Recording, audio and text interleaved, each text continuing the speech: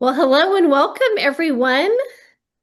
Good to see everyone here. I'm Heather Kellen, and along with Debbie Corbett, we are your Taipei Convention promotions team for Zone 3334. And as we gear up for the Rotary International Convention in Taipei this June, we'll be hosting a few of these Zoom sessions with the goal to help you feel confident traveling to a foreign country, steer you towards getting registered, guide you through your hotel booking, connect you with some fellow travelers from our zones, and maybe even help you find a travel buddy. And most importantly, help you make the most of this incredible global Rotary experience.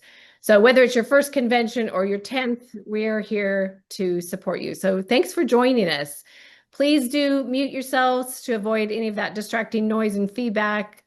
We will have some time for questions. So as those come up, please put those in the chat, and we'll get to those as time permits. Before we begin, I just wanted to take a moment to acknowledge the impact of Hurricane Melissa. We had thought about canceling, but Rotary must go on, and I know that this group is an incredible group of Rotarians. Our thoughts are with our Rotary friends and communities in Jamaica and across the Caribbean and the Atlantic. I know many of our districts have already mobilized efforts to provide relief and support. And it's really times like this, I know that we are not only proud to be Rotarians, but proud to be part of our combined zones. We have, I think, the most generous and action-oriented people in Rotary, leaders that don't need to be asked. They just kind of roll up their sleeves and get things done. So it's been so inspiring to watch all of us move into action. Thank you all for what you're doing and all that you continue to do as we stand together to support our neighbors in need. I know those communities are grateful. We wanted to shout out to Haresh. He is the international chair of the promotions and kind of our boss, Debbie and I's boss. And I know that he's doing well. He sent out a message, so sending love and prayers to everyone. So tonight, changing gears a little bit, we are honored to welcome our very special guest all the way from the West Coast, California. I'm sure no stranger to any of you, past Rotary International Director and travel expert, Brad Howard. Brad is a longtime Rotarian and senior Rotary leader who has served in multiple leadership positions on the RI board in 15-17 and as aide to Rotary International President Jennifer Jones in 22-23. Brad will also serve as the chair of the 2027 Rotary International Convention in Dubai. So that's kind of cool. In addition to his Rotary leadership, Brad is a seasoned traveler and facilitator of global service. He owns and operates a travel company. Many of you probably know that, and has led multiple Rotary travel and service tours to India, Mexico, and Africa, helping Rotarians connect with communities and projects around the world. Tonight, we've asked Brad to come join us so that he could share some practical insights to kind of help us navigate international travel, specifically to our upcoming Rotary International Convention in Taipei, from safety and logistics to, language barriers and maybe even some cultural preparation. And our goal is for you to feel more confident and prepared to travel to Taipei in 2026. And we might get a little sneak peek to the 2027 Dubai Convention. So please give a warm welcome to Zone 33, a warm Zone 3334 welcome to past Rotary International Director Brad Howard. Thank you, Brad. And you're on mute, Brad. I didn't learn the first time, did I? No. Anyway, thank you very much for the kind introduction. And I feel remarkably more at ease now because I don't have to worry about accuracy because there's someone actually on this call who has been a general chair of a convention in the past. And so if any tough questions come up or if he believes that I've said something wrong, I would rather that he not pipe up, but otherwise endorse it. I just want to acknowledge a good friend of mine for a variety of reasons, but hopefully you all know John Smarge. John, thanks for taking the time to show up, and be careful what you say. I will use it against you, either in a court of law or just in general friendship. But anyway, it's nice I recognize a number of you on this call, and some of you I've actually traveled with, and some of you I've just had a chance to get to know various ways of coming to your part of the world. And so thank you. So the challenge I've been offered is to try and help you folks understand a little bit more about a convention, and perhaps address some of the questions, ease some of the concerns, and direct you in the right way. But I can only see one panel, but if you could all do me a favor, any of you that have been to a convention before, I'm trying to calibrate my comments, just raise your hand. Okay, so a fair number on that panel.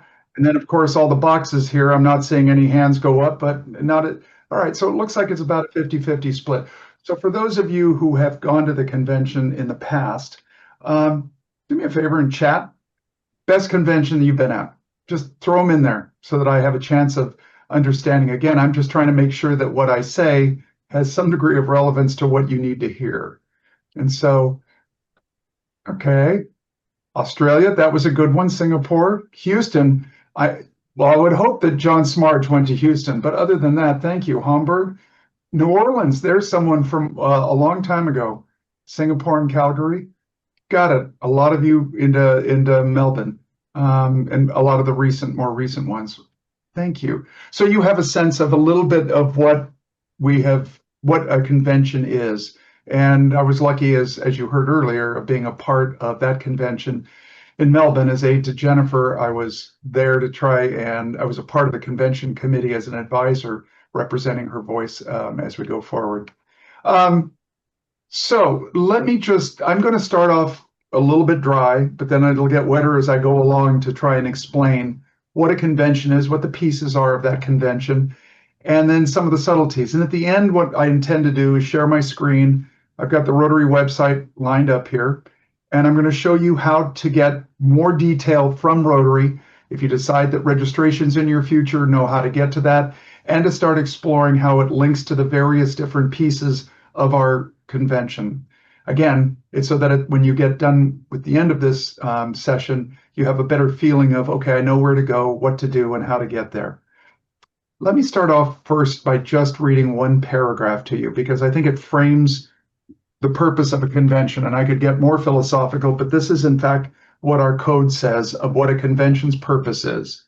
The primary purpose of the annual convention of Rotary International is to stimulate, inspire, and inform all Rotarians at an international level, as well as serve as a forum for advancing the strategic goals of the association. The annual convention is also our annual business meeting of the association. That's pretty much the way it has been. It has, over recent years, morphed a lot more towards the first part of that paragraph and a lot less to the second half, because now we can conduct our business a little differently, and we can communicate our strategic goals differently.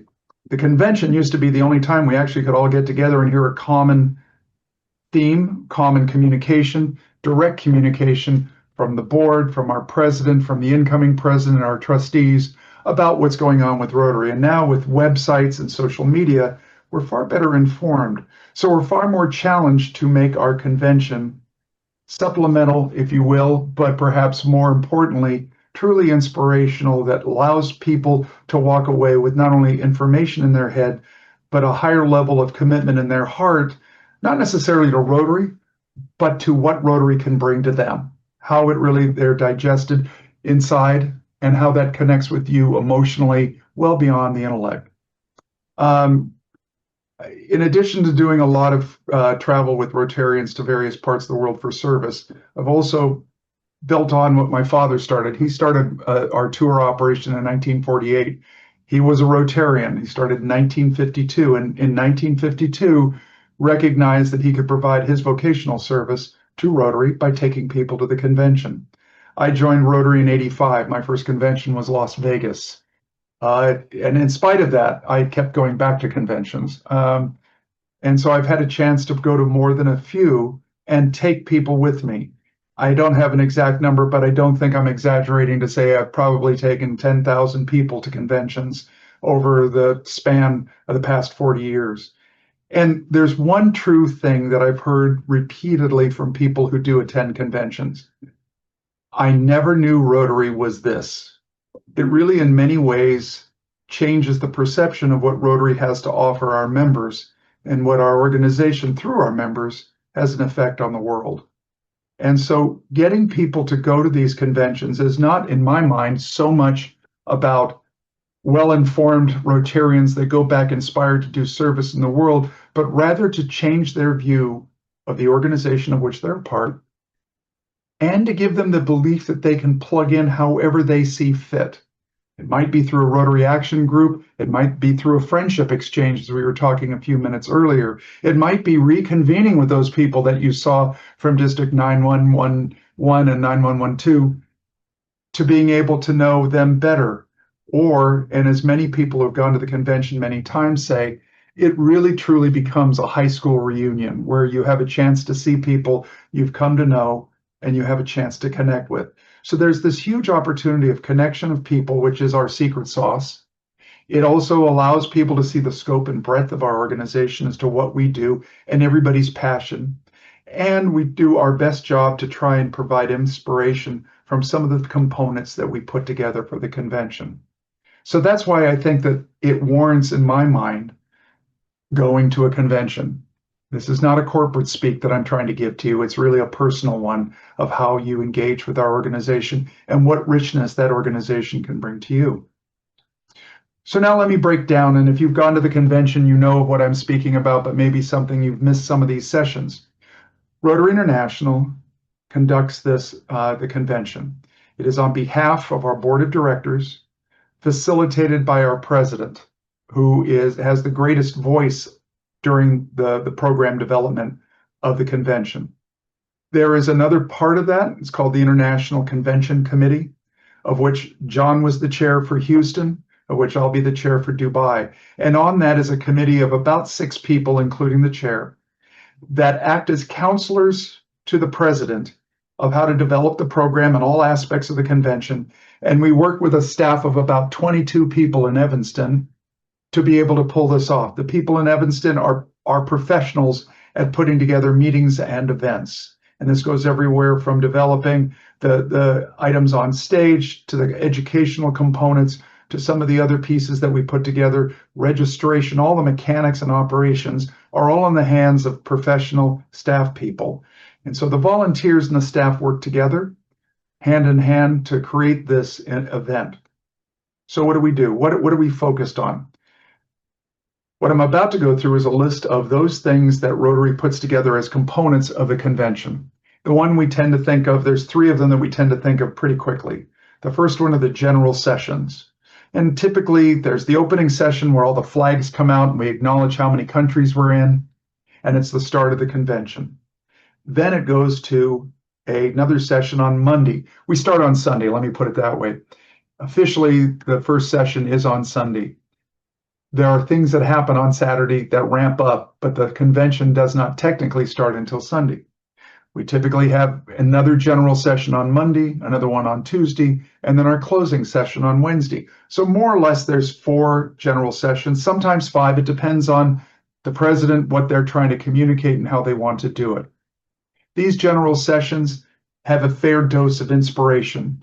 Yeah, there's information being conveyed, but what we attempt to do is to share stories and thoughts about our organization that are relevant to our audience, so that when our audience walks out the door, they feel a little bit more, some say informed. I don't think so. I think more connected to the organization is a better way to frame what we attempt to do. But then that's this, if you will, that's the one that attaches to your spirit, to your heart. The other ones that we do is what are called breakout sessions. Typically, there's about 70 to 80 breakouts. That depends on the number of rooms that we have that's available to be able to have breakouts for as small as 50 people and up to about 1,200 people in these breakouts. These breakouts are driven by a couple of factors. A few of them are messages that come from Evanston. There'll be one on the membership focus item. There'll be something or one or two about the foundation. There may be other aspects of our strategic plan that want to be shared so that people that really are curious about more specific things and want to take an hour and a half of their time to listen to it, and in many cases ask questions and get them answered, are done on these breakouts. Typically, the breakouts will be in the afternoon of each of these days. The general sessions in the morning, and in the afternoons and some in the mornings are these breakout sessions. The third part that a lot of people focus on is the House of Friendship. This is where most of those reunions that I mentioned occur. The House of Friendship have a wide display of so many things. There's aspects that are driven by our Rotary action groups, by our fellowship. There's a strong representation of our staff functions, membership, foundation, polio.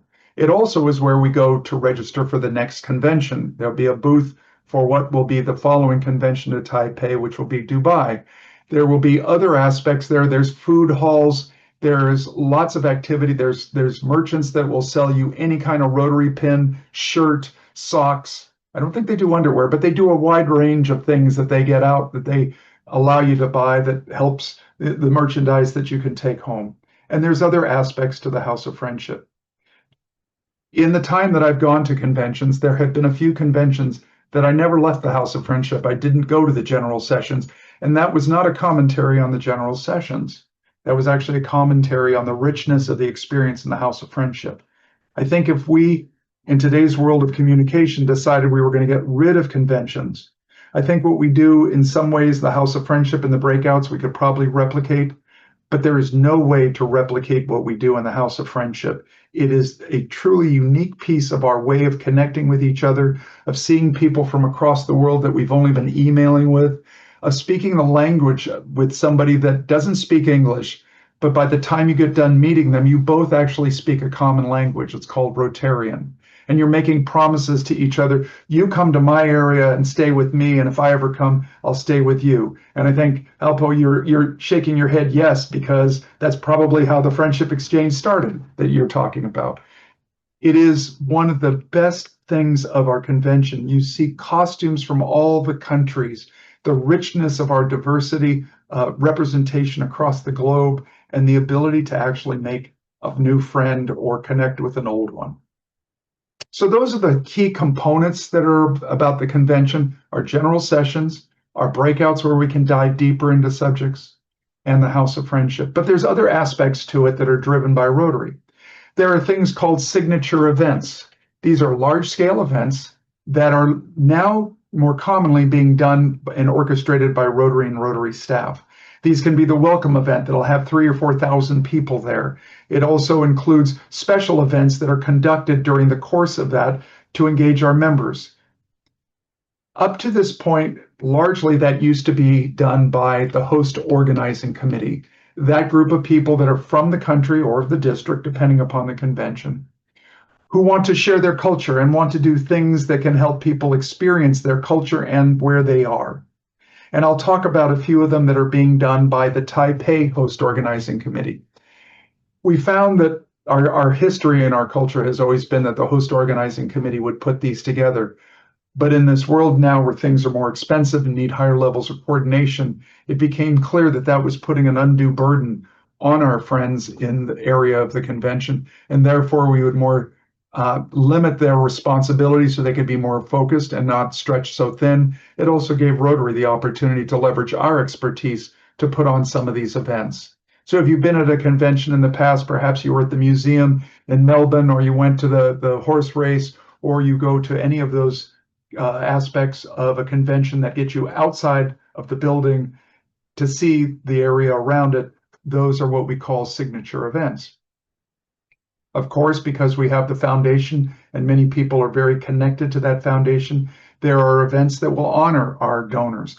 The AKS, the Arch Clump Society, tends to have a dinner. There's a major donor summit, major donor event, that also is targeted to people that have invested a lot in our foundation. There is the Donor Summit, which is to help our members see what Rotary does with our foundation and how their contribution makes a difference.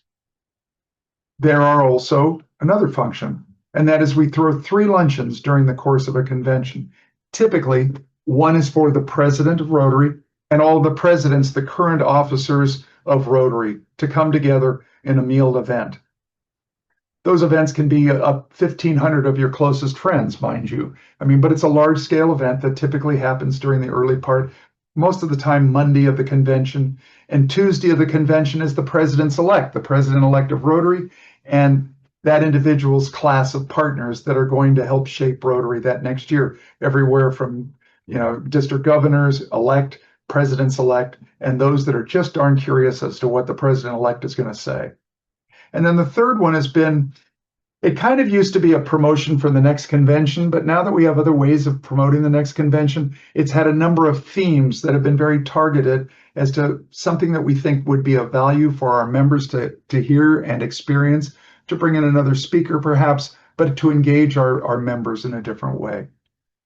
A couple of other things that are associated with the convention is typically before the convention, there's a youth exchange, pre-convention, and banquet to bring together all those people that make a difference in the lives of young people and to reconnect with a lot of those people who used to be youth exchange that are now sharing that experience. And then finally, there is a lot of things that are called unofficial affiliated events, which could be anything from Zone 33 and 34 is going to throw a big old party, and we're going to be at this bar, this restaurant, or this place. Come and join us. That's not an official part of our program. It does tend to get listed in the general program, the handout, or the web app that we have, but it is not part of what Rotary does or the host organizing committee. It's organized by a lot of individuals. So that's kind of the halo of those things driven by exclusively by Rotary or the things that are directly related to Rotary, and a little bit outside of what I'm about to describe, which is our host organizing committee experience. I'm taking a moment just to breathe, and I hope you are too. So now to talk about the next part, which is what our host organizing committee does. And Taipei is a great example of this. Taipei, let me take a pause for a minute. Taipei, the last time we were there was in 1994, and it was truly an unusual convention. Taipei does things on a scale we don't understand. And I say that with due respect to both what we do. They have the ability and the resources and the connectivity to put on spectacular. I'll give you a great example of this that made it really clear to me, two of them, as a matter of fact. When I was on the board, we would take a lunch break, and I'd normally go down, get my lunch, eat it quickly so I could get back up to the boardroom, sit down at my computer, and connect with my business. And as I would do this, one other person who always tended to sit next to me, and however they set up our seating, was a gentleman by the name of Frederick Lin, who was a director from Taipei. And at one point, I kind of exclaimed, lament, going, gosh, I'm glad I'm a director, but I never realized I would have to pay out of my own pocket to be a part of doing this job well. And I said, yeah, I didn't expect. I mean, I'm only in the end of my first year and I'm about $30,000. And Frederick turned and looked at me and said, you spent $30,000? I said, yeah, thinking that he was about to say, wow, that's a lot. And I'm absolutely not kidding you in what he responded. He said, Brad, I've already paid $1 million. Now, Frederick had $1 million to spend that probably equivalated to my 30, but I'm emphasizing the point that went into his institute, that went into what they do and the elevated case. Now, Frederick's no longer with us, but that culture remains, and it will be, in all measures, from what I know, spectacular. As you heard earlier, right now our registrations are just under 31,000 people who will be at this convention. 31,000 people. And we still have quite a ways to go. My guess is we're going to be somewhere around 33, 34,000 people at this convention. And it will have the hallmarks of the culture of Taipei and be wonderful as it reflects across our entire organization. But this host organizing committee is well organized enough that they are actually the ones that are going to put on what we normally would call our signature events. So what are they? Well, you can spend a couple of days cycling a great distance on the End Polio Now cycling tour. And I think that's about a 3-day program, if I have that right. As of the last International Convention Committee that was just a week and 2 weeks ago, excuse me, is about 15% filled. Plenty of space for that. Or if you really don't want to go that long, but you just want to run either 3K or a 12.5K run, that's about 20% booked. Now, if you're not athletic, because those other two might tag some, they have the Taiwanese opera and symphony performances around that, which is an unusual thing. Going to a Taiwanese opera takes a certain amount of understanding of the culture. It's not what you think in our typical opera, but it is distinctive to their culture and well worth it for those that want to understand that culture. They also have the National Symphony Orchestra who will be playing, and that one is probably one of the better ones that have, in fact, it's not probably, it is one of the better ones with ticket sales to date. And then finally, one of the best parts of a convention, bar none, is what we call the host hospitality night. Many cities, it's also called the home hospitality, where the local clubs take members of the attendees and do something with them, whether they go to a restaurant and hold an event, which is most likely in Taiwan because they don't tend to bring people into their homes the same way we do in the United States. But it could be that some of the clubs say, no, let's go and do something on a smaller scale where all of us can come together for our club and host people. So this can be organized on a club level, on a district level, or some other association affiliation of local Rotarians coming together. I know in Singapore, a lot of them were in restaurants. I think in Melbourne, we had a number of them in mixed in both home and host. One of my very earliest ones was at the convention in Munich, where we got on a bus. We went out to actually a fairly rural area. There was myself, two people from Nigeria, and two people from upstate New York. I actually understood the Nigerians a little bit better than the upstate New Yorkers as they spoke. But the thing that was so sweet about it is that the host did not speak English, so they got a student from down the street to come and interpret for us, which was so cool because she was trying really hard and we didn't fully understand her all the time, but that effort of trying to come and meet in the middle added a flavor that made you feel like you were in the middle of the world. And so that's host hospitality. That one right now has a capacity for 1,500 people, and there's already 30% of those accommodations gone. So that if you are going to the convention and you don't know what else to do, and particularly if it's your first convention, sign up for it. There's a cost, but it's not excessive. It is one of the most special things that you'll do there to be able to connect with the locals and many other people from other countries that'll be a part of those events, sitting side by side, sharing your view and story of Rotary, and invariably making a promise to connect later on. So that's the scope of what a convention is. I'm just going to check in with one person on this call to see. John, did I miss anything?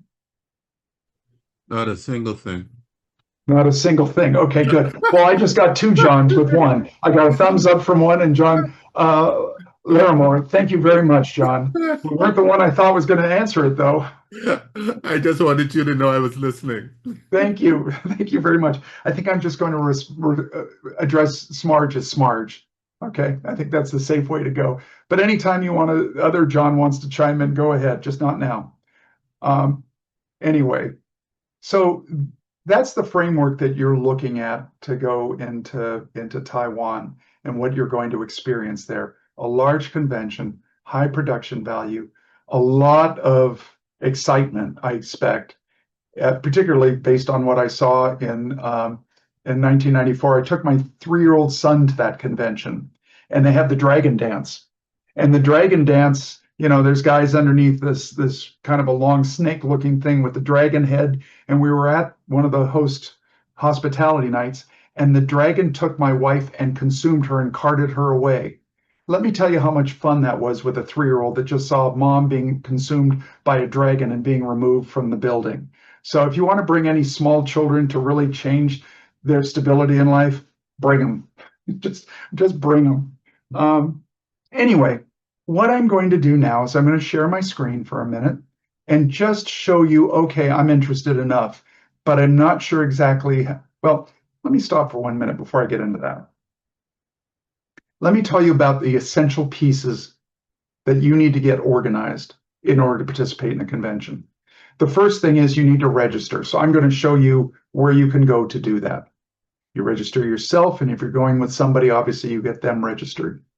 When you're registering, you're basically paying for your participation in the convention. Now, there are typically three price levels that take place. One of them has already passed us by, and that was the promotional period that occurred in Calgary. And as I heard earlier, as we were ramping up for this meeting, a couple of you ran the minute you got into Calgary right to the booth to sign up for the Taipei convention. So you got the least expensive registration fee. Right now we're in a period which is the next best, and it wasn't that substantially different. I was like $50 a person, but it had value. The next one is now going to end on December the 15th. So this is really the best time to make a decision if you're going to go. After December 15th, the next marker will be March the 15th, and that'll be the last time that you can register ahead of the convention. And then, of course, you can register at the convention. In fact, in Calgary, 2,000 people registered at the time of the convention, which was extraordinarily high for our experience at conventions. So number one, register. And when you do, one of the options that'll be presented to you is, do you want to go to one of those three meals I talked about? If you're a president-elect, you probably want to hear what Yinka Babalola is going to say. If you're a president, you should hear what Francesco said. And honestly, in Calgary, if you were at the Calgary Convention, the closing ceremony, his speech was one of the finest speeches I've ever heard, because it was one that truly, truly came from his heart. As he explained that 2 weeks earlier, he was playing with his grandchildren, and now he's standing on a stage in front of tens of thousands of people sharing his experience of being a president. Those are the options you have within the registration that you can, in fact, get yourself registered and make a decision if you're going to go to any of those meals. The second thing you need to do is you probably need to get a hotel while you're there, and you have choices. Rotary provides a number of hotels that we have had contracts with, and those contracts mandate that all taxes and breakfasts are included, so that it gives us as attendees the greatest choice. It also, and value, they have the largest block of rooms and reservations. Typically, we go into a city and we try to get 7,000 rooms during the peak period of the convention so that our members can get it. Now, obviously, a lot of the really good hotels, and good by that I mean perhaps centrally located or close to the convention, or the official hotels that house the board, the trustees, and others in that category. Some people like to be really close to them. That's where you would go on the website to get your hotel rooms. But if you're in Marriott, Hilton, Hyatt, IHG, all of those others, you have another avenue. You can go online, use your points. In Singapore, I used my Marriott points, was at the JW Marriott for a song and a prayer. I mean, honestly, it was a huge value. And I was within walking distance of the convention site. So you're not bound to the hotels that are provided by Rotary, although those tend to be, by contract, we require those will be the lowest rates during that period of time through whatever service, through the website or other avenues. They tend to give you a pretty good value, but you have other options. And increasingly, Airbnb is used. Airbnb is not as prevalent in Taiwan as it is in other parts of the world, but it has a presence. Or you could do VRBO, which is the other version of Airbnb. So you have that avenue available to you. And in fact, Rotary also does a variety of other accommodations that are for people that are really sensitive about budget. So they book some hostels, they book some university facilities for people who are, I'm just going to sleep there. As long as it's clean and quiet, I'm fine with that. I don't need a hotel room. So there is a range of choices that you have.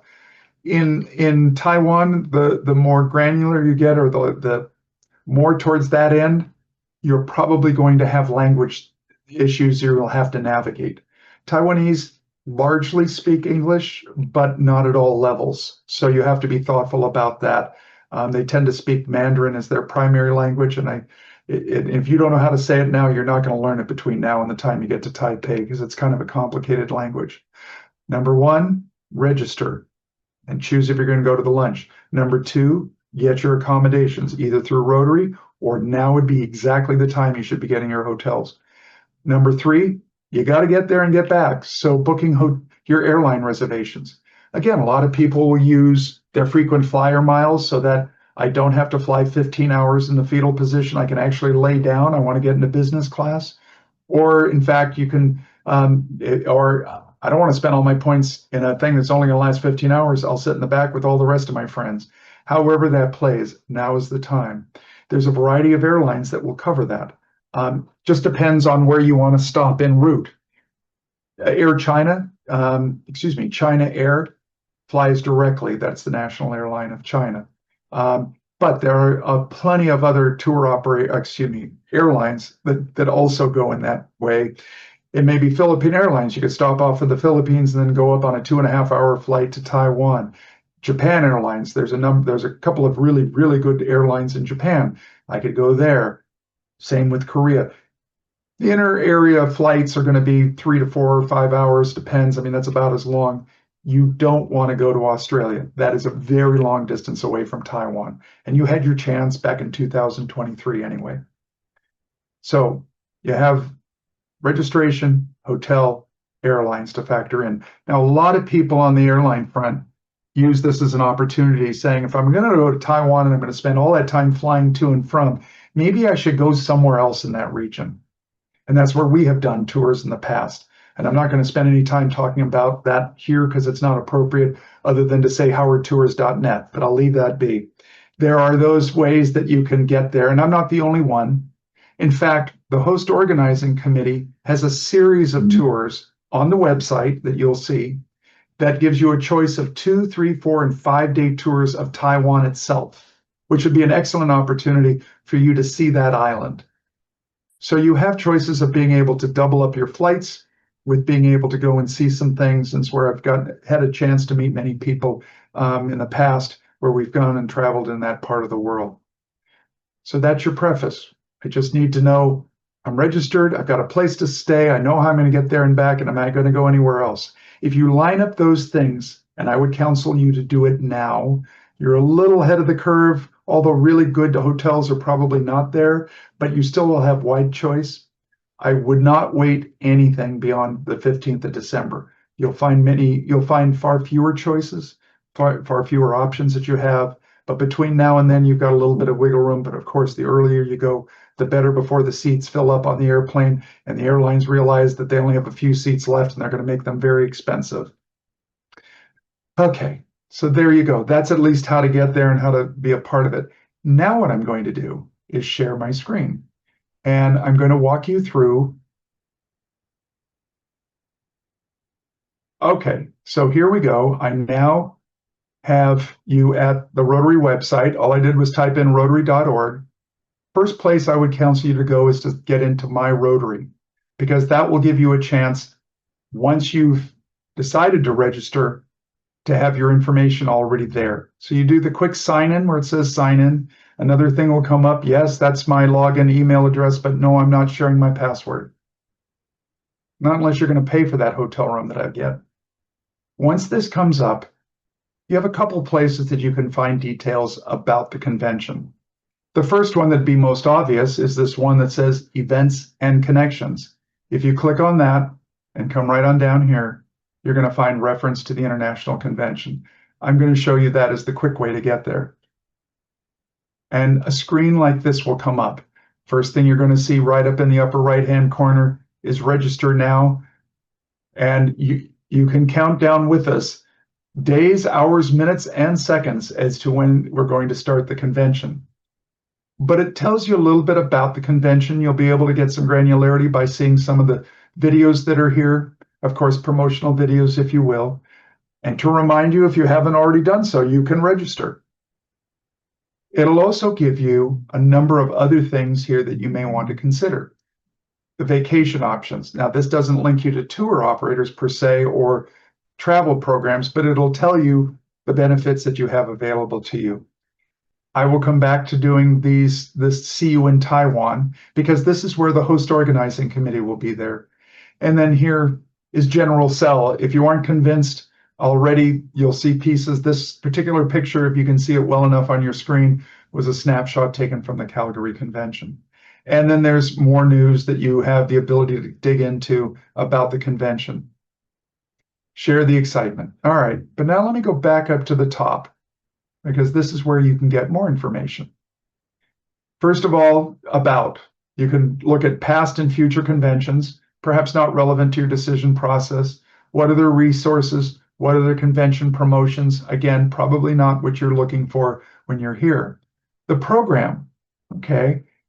I'm going to guess that this is not well populated at this point. During the process of organizing a convention, most of this really gets going after the beginning of the year because we're going out to speakers. Some of them we're going out are high profile. And we go after high profile. They have a unique ability to put us off to commit to anything. So we keep chasing them until we realize we can't get that one, but then we go with our plan B or C speaker. So it tends to be a little slower here. But what you can do when you come over here is you can come down, you can see what the general sessions are, what they sort of look like. This one, as you can see, they don't have any details, but as details become available, you'll start to see it. Here are the breakout sessions that I talked to you about what happens during a breakout. These breakouts are largely populated also by people that submit applications for breakouts. So you'll get a lot of breadth of the different things that go on in Rotary and what people are doing. So there's a strong desire of our members to see and of our members to participate in these breakouts to exchange their ideas. The Rotary ticketed events. These are events that we book throughout. I talked about the Youth Exchange Banquet, the pre-convention. These are the presidential lunches. You can see the price is $75. So these are options you have available. And as I mentioned to you, these particular 2 or 3, this one, see, they're going to do the third one they're going to do is the Rotary Foundation's Impact Luncheon.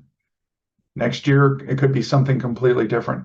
These are the ones that you would select as you're filling out your registration form. And yes, if you notice in this wonderful picture that they have here of people catching the balloon, they were grossly out of center because off here is me. So I got a minor mention in a promo picture. And no, it's not what I live for. It was just funny to me when I saw it. Anyway, and then the final ones here, the Youth Exchange and some of the donor events of things that will be shared about the Rotary Foundation and things that you may want to, particularly if you're one that is sensitive about the Rotary Foundation. Again, these are all optional. So you can see that it gives you a good amount of information about these various pieces. Again, if you want to know about registration, you can come down here and here's housing, visa information for US citizens that are going to stay in Taiwan for the period of time of this convention. You do not need a visa. You just need a passport that is valid for no less than 3 months after you return from the convention. So if you are thinking of going, the first thing I would counsel you to do after this meeting is go find your passport and look at it and make sure that that passport is valid all the way until early December. Okay? We talk about sponsors, and then of course there are exhibits, and this is all the House of Friendship and what's involved and when the House of Friendship will be open and if you wanted to apply for that. So there's where you can go for it. Now let me just take you to registration.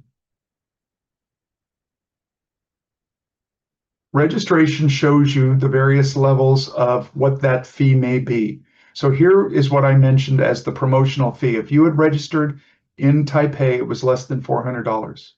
Okay, so this one went up by $80. I'm sorry, $90. No, 80, I got it right.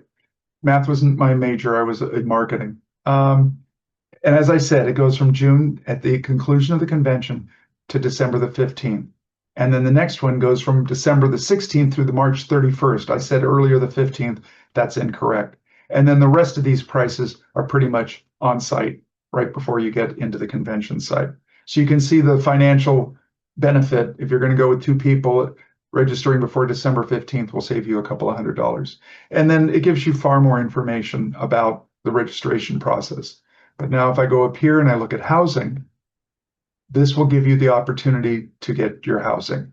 And in essence, it will take you to another website that is managed by a company that Rotary hires to manage the complexity of these reservations. And you will get confirmation and all the materials for you that are here. And obviously it takes a minute for it to load, so you're just getting a blank screen. I'm sure that's more my Wi-Fi at speed, but here you go. You need to be registered in order to get a hotel booking, though. And the reason for that is we've had experience where people in the past have booked their hotel not registered because they didn't know if they were going to go and they knew they could cancel their hotel. And what that does is it pulls that room out of inventory. So the next person who is definitely going may not have a chance to get that hotel. So we've addressed that a little differently for this. You also can do groups. I know a number of districts that book a group hotel so that their district can stay in the same area, in the same hotel. You'll also have a chance to look at the hotel list and where they're located relative to the House of Friendship, where the general sessions are going to be, and all the convention activities. And as you can see, as I mentioned, it is managed by Maritz. That's who handles all of our booking, which is an organization that we have a contract with that executes all these hotels. Generally speaking, about 40% of the people who go to the convention get their hotel rooms through Maritz. The other 60, the variety of other choices that we have. And so I could spend a bit more time, but I'm not sure it's warranted. I think right now, probably the best thing I can do is take a sip of water and stop and see what kind of questions I could answer for those of you who are still on the call. A question for you.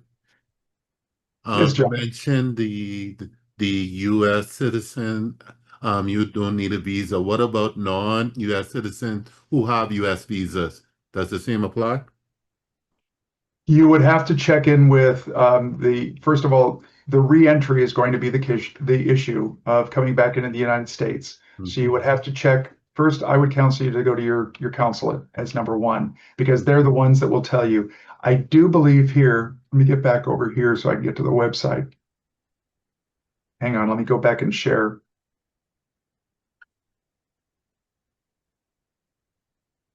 Yes, zone 33 and 34 has quite a few countries in it, so forgive me for not recognizing that.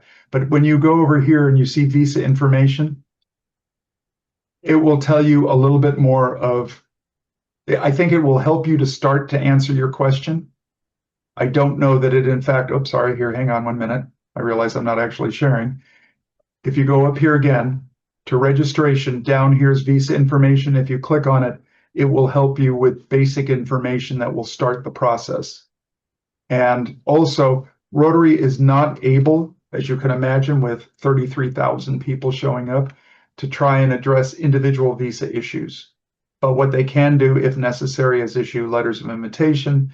But I would say for someone that's coming, that is not a U.S. citizen, but has a visa in the U.S., the answer to that question is going to be between your country and it could be the U.S. State Department to determine your reentry process. I hope that answered your question. It does. Thank you. Certainly. Brad, we have not one in the chat box, but Deb and I have had several Rotarians approach us and say, they're not going.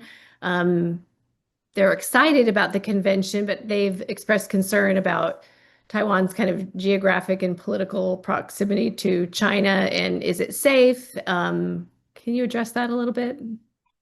Well, first of all, if I had a crystal ball, I could answer that exactly. So but I don't. The chances that it's going to happen between now and then, let me say it differently.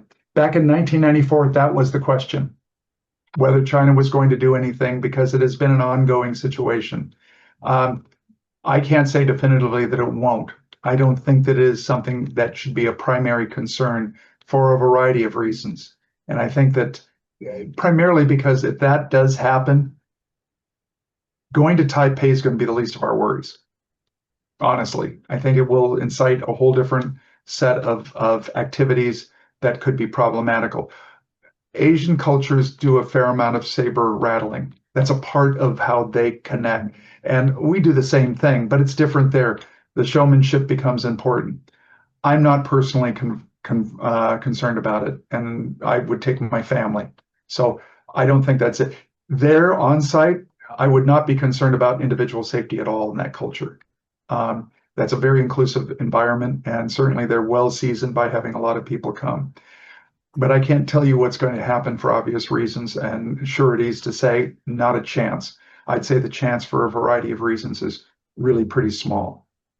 I know that I didn't answer your question to the satisfaction, but I don't know how I could better answer it No, that was good. otherwise. Thank you. Thank you. So we have a couple questions in the chat, and then Dave will come to your question. I see your hand is raised. Danny has an interesting question in the chat. What are the off the beaten path places to eat that would cause an out-of-body culinary experience? What a creative question, Danny. Love it. Wow. My out-of-body experience could be really different from yours, but just saying. So a variety of things. There are tremendous sources online, and now's the time to use them.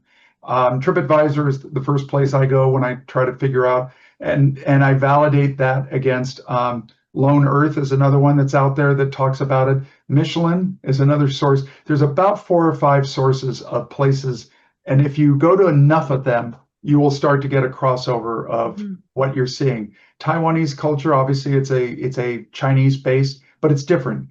They do different things with their cuisine than they do with Cantonese, Hunan, Sichuan, and all that. Very tasty and well worth it. I can't give you here are the 5 restaurants that I would go to, but I know the sources that I just, Lonely Planet is great because that tends to get to what you just talked about, the off the beaten path. But also they have some pretty unusual places there to eat. And I think TripAdvisor is a go-to that will do that. But I tend to put out 3 or 4 of them and see if I get repeats and if there's convergence on that. Okay, another question from Mr. Smarge. Can you address transportation to and from the hotel? Ooh, thank you, John. That helps a lot. Yes, I did not mention that. What is arranged typically and will be done in Taipei is that Rotary looks at all the hotels, the official hotels, and to the best of their ability, tries to organize transit that is efficient. There's 2 forms that take place. Some of them are buses where we literally hire buses and they go on routes all the way around the city, and they'll stop at 3 or 4 or 5 hotels in a sensible route and bring you out to the convention. Then you come back to that bus stop in order to get the return trip. The second piece is they actually have a fairly good public transit system. They have arranged, according to the last International Convention Committee meeting I had a couple of weeks ago, they have arranged that Rotarians that have registered and therefore are wearing their badges will be able to get on and off that public transit for free. There's also another one that they had, which are shuttles that will run as part of the city's operation. This is sort of like what happened in Melbourne, that we could hop on and off some of the shuttle systems that were in that area. Again, those will be covered by your badges and passes. It does not accommodate everything, but normally even I stayed at an Airbnb in Calgary, and it only took 2 blocks to get to the first place that was nearby. So it wasn't that hard in order to be able to get there. So those will be the forms of transportation that you'll have. Thank you again, John. Anything else I missed? Well, No. one other thing is weather. I know that the weather is not the best weather at this time of year. Monsoons, rainy. Should we be packing anything in particular? Rain gear, I guess. Okay, hang on one second. Let me go to my favorite source for that in June in Taipei.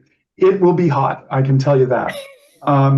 It will be in the low 90s, and it will be in the midday and in the high 70s at night. So this will be a great training ground for Dubai. I'm just saying, if you go to this, it'll prep you. The difference between the two, however, is the humidity is higher in Taipei than it will be out in the desert communities. So I would absolutely be, I always travel for these kinds of things in Asia at that time of the year with an umbrella, by all means, because you will wind up using it on one day. But it's not the heavy rain season during that time. It's a little later. The monsoon season comes in late June, really July, August, September, the times you really want to avoid that part of the world. That's good information. Someone wants to know about the airports. There's 2 airports in Taipei. Which one is the best for location and proximity? The one that you want to use is the Taiwan Toyuan International Airport, TPE, Tango Papa Echo. That's the best one to use. That's the international airport that's going to service most of your carriers. The other one is more for domestic, of which there are some, and inter-Asia flights. Okay. And Dave, you've had your hand patiently raised for a while. Go ahead and ask your question. Well, I did go ahead and put it in the chat, but I was going to go ahead and check on the State Department website. I recently traveled to two countries that wouldn't allow border crossings from one country to the other. And I've traveled to mainland China 7 times in my past, and I didn't know if that would cause any problem with Taipei. I've entered Taipei with a visa that showed that I had been in the People's Republic, and they didn't blink. Good. So no, you're good to go. Thanks. And if I'm wrong, you can tell us about the jail system and exportation to Taipei. Yeah, great. I'll write a book about it. Yeah, just you go. don't have my email address, by the way. Yeah. One last question. Can you give us a little sneak peek into Dubai? How that's going and what do you expect? Well, I could give you far more detail in 3 weeks because I'll be in Dubai the 17th through the 19th of November, excuse me. It is going to be an extraordinary convention for many reasons. First time we've ever been in this part of the world, and it's a remarkable city. If you imagine Las Vegas cleaned up, spectacularly cleaned up, but on steroids, you're now starting to get a sense of what Dubai is. This is a city that's been built up over the past 40 years. It is the second safest city in the world in terms of being able to walk down the street and not worry that you're going to be confronted. The architecture, if you're an architect, it's well worth the price of admission. And this goes all the way from the Burj Khalifa, the tallest building in the world, to most every other building that's in there. The swimming pool that is at the top of a 70-story building in between two towers. Many of us see the Sail, which is the hotel that's on the water, which is ridiculously expensive, but man, would it be an experience. It is also well built out for transportation, and it will give us a chance to, in some ways, I'm looking at it as a cultural exchange. For many people, this may be the only time they get into this part of the world because the Rotary Convention's there and they feel safe being able to go into an unknown place and have an experience. We're going to lean into that. Not to the overbearing of all the rest of the cultures that will be coming, but this is an unusual place. I've been there now 2 times already this year, and I have to say the people are remarkably lovely. Dubai, only 10% of the population are Emirati. 90% are expatriates. This is a global city. The entire standards are of a global city, of how they treat people, of your individual freedom, the standard of equality, of diversity and inclusion. In spite of what many people feel or have heard about that part of the world, Dubai is the United Arab Emirates, a part of the United Arab Emirates, who is trying very hard to stay in their traditions, but to open themselves up. And they realize that opening themselves up, they have to accept cultures from around the world and be relevant and welcoming to those parts of the world. We are just at the beginning phase of putting all of this together. This meeting is our first real meeting of getting very specific, mainly because if you all recall, we were supposed to go to Hawaii. And when I volunteered to chair this convention, it was to be in Honolulu, which is where I was born and raised. So this was a place I was really kind of looking forward to. So we've had to do a quick pivot to do a convention in less than 2 years, whereas our typical needs are to do a convention over 7 years. And so we're having to do things on an expedited basis and perhaps therefore in a little bit different way. But I do believe this is going to be an exceptional convention, if for no other reason, the place we are and the culture in which we're in the middle of and the experience that people will have. Yes, it will be hot, but it's almost all air conditioned. They have a ski resort inside in an air conditioned building. And yes, it actually is worth going to. I also ski up at Lake Tahoe, and it's not quite on that level, but it is remarkable. But the whole experience of what they have inside, they have a mall that has different sections. One is the expensive mall, one is the far more expensive mall. The other one is off the chart, and a lot of these places you haven't heard of because they're not broadly and accessible all malls. And there's one section that's for members only. Wow. They actually have 7-star hotels in Dubai, and we just know it as 5. So it's over the top in many ways and well worth the experience if you've never had a chance to be in this part of the world. Wow, thank you so much for sharing that. That's exciting. And it just reminds me that we have such a great experience in front of us when we take advantage of traveling with fellow Rotarians around the world and going to the different conventions for fellowship, for learning, and for seeing new parts of the world. That cultural experience is just amazing. A couple quick questions, and then we're going to wrap it up. One person asked about inoculations and shots. Are there any specific requirements that you know of for Taiwan? No, there are none that are required there. There's nothing that's been on the CDC's website that would have indicated that you need that. With that said, I always counsel people to go to the doctor and say, hey, this is where I'm going. Sometimes doctors will say, well, if you're going to go there, I'd rather that you go with a course of Paxlovid, and you might want to get something for your stomach, whether that be antibiotics or Imodium or whatever. Just be in mind that it isn't because they have bad food, but basically our bodies, when we travel to foreign lands, tend to think when you just had a normal meal, they're like, what the heck did you just give me? I'm getting rid of this right now because I've never seen it before. And it's not because you've had bad food, but just sometimes your system reacts. So I would always counsel anyone that's going to go on an international trip, check in with your doctor. They know your body the best and can counsel you, but there's none that are required for you to enter the country. Great. And our last question for the evening, Kathleen, you have your hand raised. Go ahead. A quick question on whether Brad or others are willing or have scheduled to do this at other times, because there are other people in our district and zone that would benefit from it. So I'm just wondering if that's scheduled or if we can reach out. No one's asked me. Okay. One person you might count that might be a good person to do once he gets through a little bit of time here is Harish Ramchandani, because he is more plugged into exactly what's happening at the convention committee than I am. I'm aware of it because I sit in on their meetings so that I can get familiar with the process prior to the year for Dubai. But there's plenty of opportunities, and you've got a couple of people here that can connect you. Because 50-60 are in my half of the world, the United States. I'm not familiar with who the promotions chairs are in this region, but maybe Debbie can help you and tell you a little bit more specifically. I hope that answers your question. Good. Thank you. Thanks again, Brad. Thank you so much for sharing your time and taking time out of your busy schedule to talk with us tonight. We could go on and on, it seems like, because we are getting more and more questions as we're coming to a close here. On Monday, for the Zoom formation for zones 33 and 34, we will have another segment with more information about the International Convention. And at any time, you can always email or reach out to either Heather or myself. We're the team for zones 33 and 34. And we look forward to working with you and seeing you in Taipei. Thank you, everyone.